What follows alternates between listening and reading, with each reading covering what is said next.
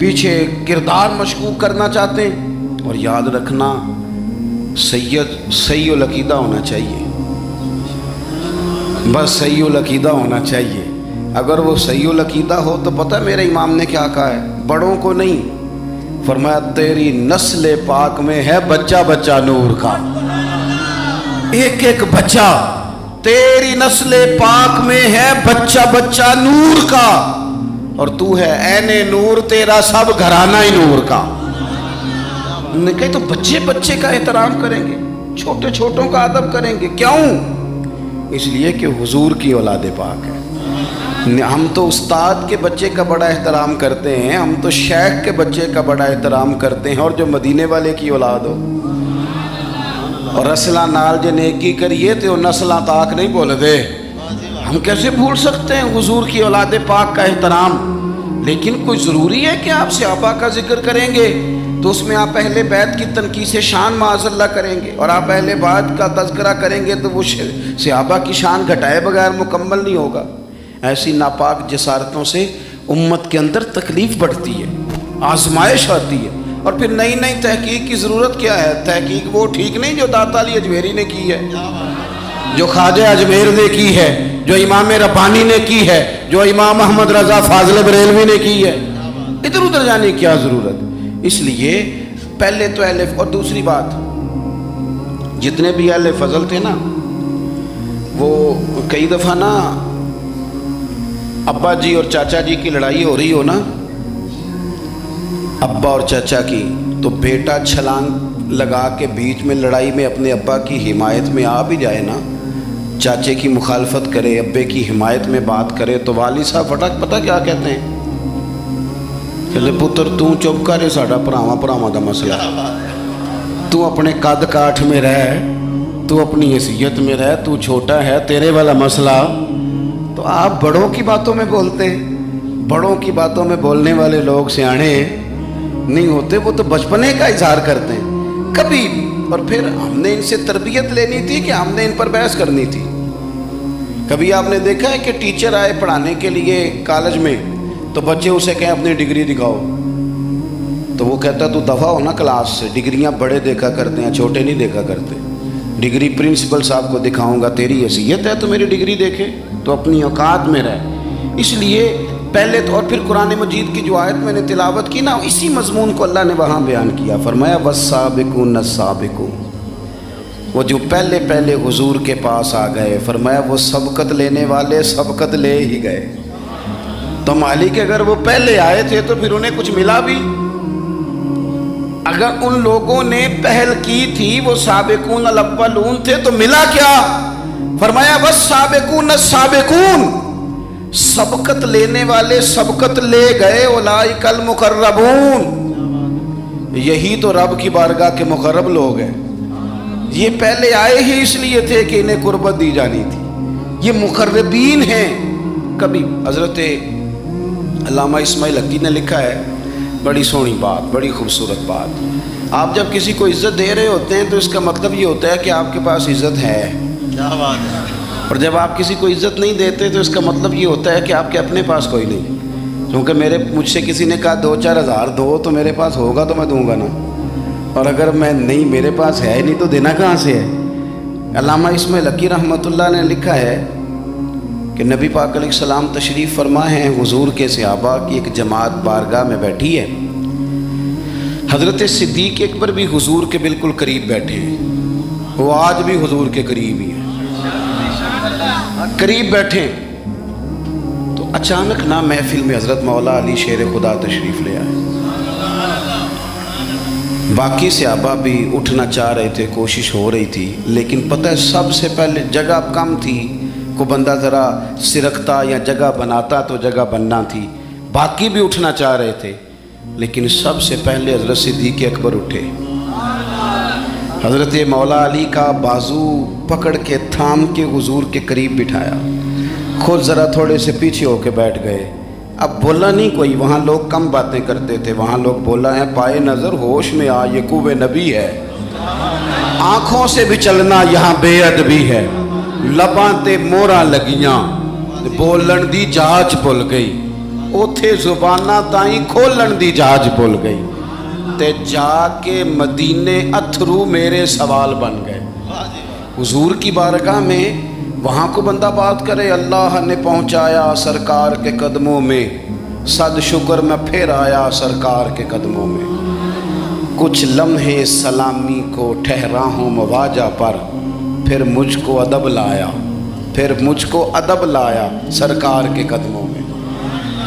تو حضرت کوئی کسی نے گفتگو نہیں کی. حضرت صدیق اکبر نے بازو تھاما اور لا کر کے نا حضرت مولا علی کو حضور کے قریب بٹھایا اور خود سائیڈ پہ جا کے بیٹھ گئے. کوئی بولا نہیں، بات نہیں کی. تب ہم تو باتیں زیادہ کرتے ہیں نا.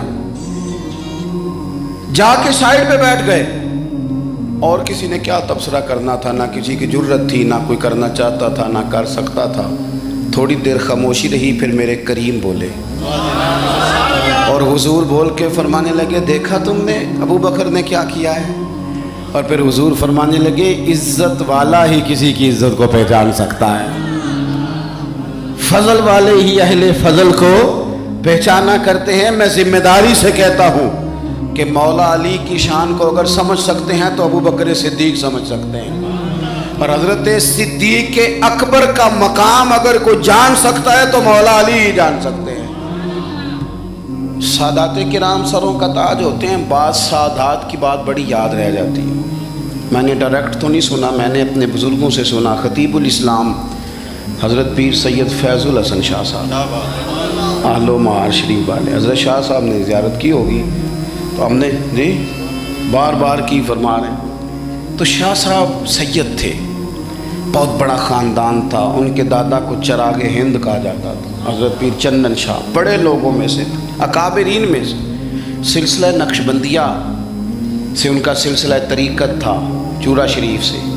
تو بڑی باتیں سمجھا کے اس موضوع پر بڑی باتیں کر کے ایک بزرگ فرمانے لگے. ایک تقریر میں انہوں نے بات کی تو میں کئی راتیں روتا رہا کہ یار اس طرح بھی ہوتا ہے. کہتے ہیں وہ تقریر کرتے کرتے کرتے کرتے کرتے کرتے بولے اور ان کا انداز تھا، لہجہ تھا، روب تھا، دبدبا تھا، تنتنا تھا. اپنی بات کو سمیٹتے ہوئے کہنے لگے چلو میں نے دلائل تمہیں دے دیے، عقلی نقلی باتیں تم تک پہنچا دی، اب میری ذاتی بات بھی سنو.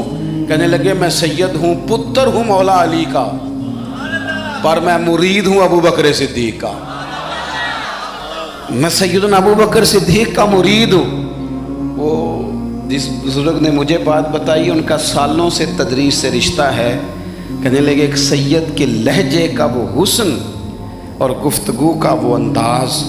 کہتے میں کئی راتیں روتا رہا. میں نے بڑی چیزیں پڑھی تھی اس عنوان پر، رحماء بینہم کے تحت بڑا کچھ پڑھا تھا، پر یہ انداز، یہ رنگ، یہ سچے لوگوں کا طریقہ تھا، دیانتدار لوگوں کا طریقہ تھا. انہوں نے اپنے ذوق کے ذریعے سے ہمیشہ قوم پر مثبت اثرات چھوڑے. اللہ ہمیں سمجھ عطا فرمائے. تو ایک تو کبھی بھی اہل فضل کی عزت میں کبھی بھی کمی نہ. آج ہم ذکر کر رہے ہیں نا امام حسین کا. امام حسین رضی اللہ تعالیٰ عنہ، میرے جیسے بندے کی تو زبان نہیں اس قابل نہیں کہ ان کا نام لے سکے. کہاں سیدنا امام حسن اور کہاں سیدنا امام حسین اور کہاں ہم لوگ. ہماری حیثیت ہے.